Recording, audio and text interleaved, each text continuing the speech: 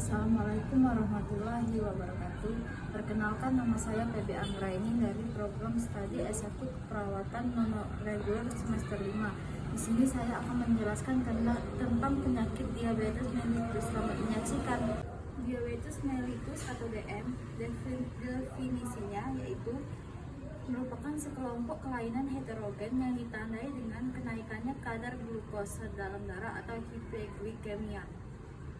Glukosa secara normal bersirkulasi dalam jumlah tertentu dalam darah. Glukosa dibentuk di dalam hati dari makanan yang kita konsumsi.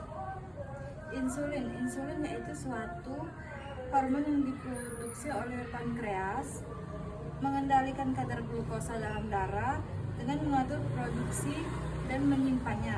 Itu menurut Susanne C. Schmelzer tahun 2001. Kemudian etiologi diabetes dibagi menjadi dua. Yang pertama yaitu diabetes tipe 1. Di sini disebabkan oleh faktor genetik, yang kedua faktor imunologi, dan yang ketiga yaitu faktor lingkungan. Yang kedua, diabetes tipe 2. Di sini disebutkan faktor resikonya yaitu usia, obesitas, riwayat keluarga, dan kelompok etnik. Kemudian manifestasi kliniknya yaitu yang pertama, keluhan umum pasien DM seperti polinuria, polidipsia, dan polifagia. Yang kedua, gejala akibat DM pada usia lanjut yang sering ditemukan. Yang pertama, katarak, yang kedua glaukoma, ketiga retinopati, keempat gatal seluruh tubuh, yang kelima pruritus fulvae, kemudian infeksi bakteri kulit, infeksi jamur di kulit, dermatopati, neuropati perifer, neuropati vesiral, amiotropi, ulkus neotropik, penyakit ginjal, penyakit pembuluh dan perifer, penyakit koroner, penyakit pembuluh darah otak, dan hipertensi. Kemudian 10 gejala diabetes yang perlu diwaspadai. Yang pertama yaitu sering buang air kecil pada malam hari. Yang kedua, cepat merasa lapar dan dahaga. Yang ketiga, berat badan menurun secara drastis, dan sebaliknya, nafsu makan meningkat. 4, cepat merasa lelah dan mengantuk. Kelima, mudah timbul bisul atau abses dengan kesembuhan yang lama. Yang keenam, gatal-gatal terutama pada bagian kelamin luar. Yang ketujuh, sering kesemutan. Yang kedelapan, gairah seks menurun. Yang kesembilan, penglihatan kabur ditandai dengan seringnya berganti ukuran kacamata. Dan yang terakhir yaitu ibu yang melahirkan bayi lebih dari 4 kg. Patofisiologi diabetes mellitus. Yang pertama, diabetes tipe 1. Pada diabetes tipe 1 terdapat ketidakmampuan untuk menghasilkan insulin karena sel-sel serta pankreas telah dihancurkan oleh proses autoimun. Di samping itu, glukosa yang berasal dari makanan tidak dapat disimpan dalam hati meskipun tetap berada dalam darah dan menimbulkan hiperglikemia. Postprandial atau sesudah makan. Jika konsentrasi glukosa dalam darah cukup tinggi, ginjal tidak dapat menyerap kembali semua glukosa yang tersaring keluar. Akibatnya, glukosa tersebut muncul dalam urin atau glukaria. Ketika glukosa yang berlebih disekresikan ke dalam urin, sekresi ini akan disertai pengeluaran cairan dan elektrolit yang berlebih. Keadaan ini dinamakan diuresis osmotik. Sebagai akibat dari kehilangan cairan yang berlebihan, pada pasien ini akan mengalami peningkatan dalam berkemih atau bisa kita sebut dengan poliuria, dan rasa haus atau kita sebut dengan polidipsia. Definisi insulin juga mengganggu metabolisme protein lemak yang menyebabkan penurunan berat badan. Pasien dapat mengalami peningkatan selera makan atau kita sebut dengan polifagia akibat menurunnya simpanan kalori. Gejala ini menyangkut kelemahan dan kelelahan.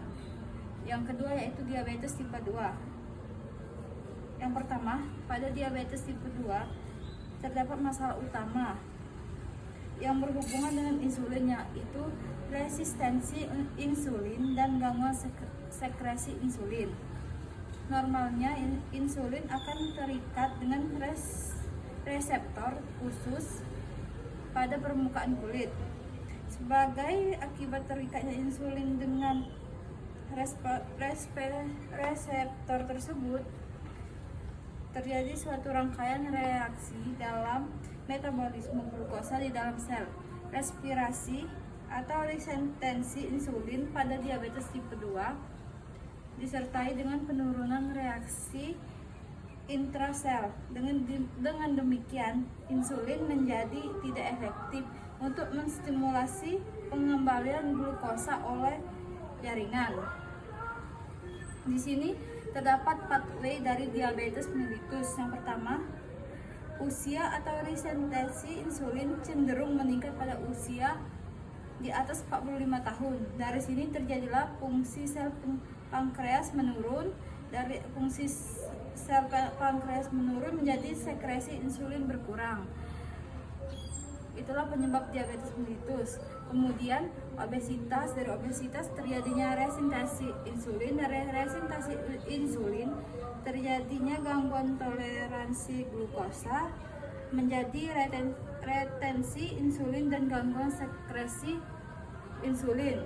Itulah bisa menyebabkan diabetes mellitus. Kemudian dari riwayat keluarga dan idiopatik bisa juga menyebabkan diabetes mellitus. Dari diabetes mellitus terjadinya hiperglikemia. Dari hiperglikemia terjadinya pengobatan. Dari pengobatan, keluarga tidak mampu mengenal masalah kesehatan dari pasien tersebut. Kemudian disitulah ditemukan diagnosa defisit pengetahuan keluarga. Dari hiperglikemi terjadinya viskositas. Dari viskositas terjadinya siklusi menurun. Kemudian dari energi dan cadangan makanan terjadinya strafasi sel. Strafasi sel bisa terjadi menjadi dua bagian, yaitu terjadinya stimulasi otak dan protein tubuh berkurang. Dari stimulasi otak terjadinya polifagi. Dari polifagi didapatkan diagnosa keperawatannya, yaitu gangguan keseimbangan nutrisi. Dari protein tubuh menjadi respon peradangan yang lambat. Di sinilah didapatkan diagnosa keperawatannya resti infeksi. Dari sirkulasi menurun dibagi menjadi 5 bagian, yaitu ginjal, jantung, mata, dan integumen dan saraf. Dari ginjal terjadinya absorpsi, filtrasi, dan ekskresi. Di sini menjadi dua bagian. Yang pertama yaitu kerusakan sel ginjal. Dari kerusakan sel ginjal menjadi glukosuria, kemudian menjadi stimulasi otot. Dari stimulasi otot menjadi rangsangan haus, kemudian menjadi polidipsi. Yang bagian kedua yaitu diuresi osmotik, menjadi poliuria. Di sini didapatkan diagnosa keperawatannya, yaitu resiko volume cairan kurang dari kebutuhan. Yang kemudian pemeriksaan diagnostik dapat dilakukan glukosa darah sewaktu, kadar glukosa darah puasa, dan tes toleransi glukosa menjadi 3 bagian. Dicek menggunakan alat cek BSS. Kemudian pemeriksaan medik. Ada 5 komponen dalam penata laksanaan diabetes. Yang pertama yaitu diet, yang kedua latihan, yang ketiga pemantauan, keempat terapi, dan kelima pendidikan. Diagnosa keperawatannya yang pertama kita dapatkan dari Flatway, yaitu resiko tinggi gangguan nutrisi, kurang dari pengetahuan dengan penurunan masukan oral, anoreksia, mual, peningkatan metabolisme, protein, dan lemak. Kemudian yang kedua, kekurangan volume cairan berhubungan dengan diuresis osmotik.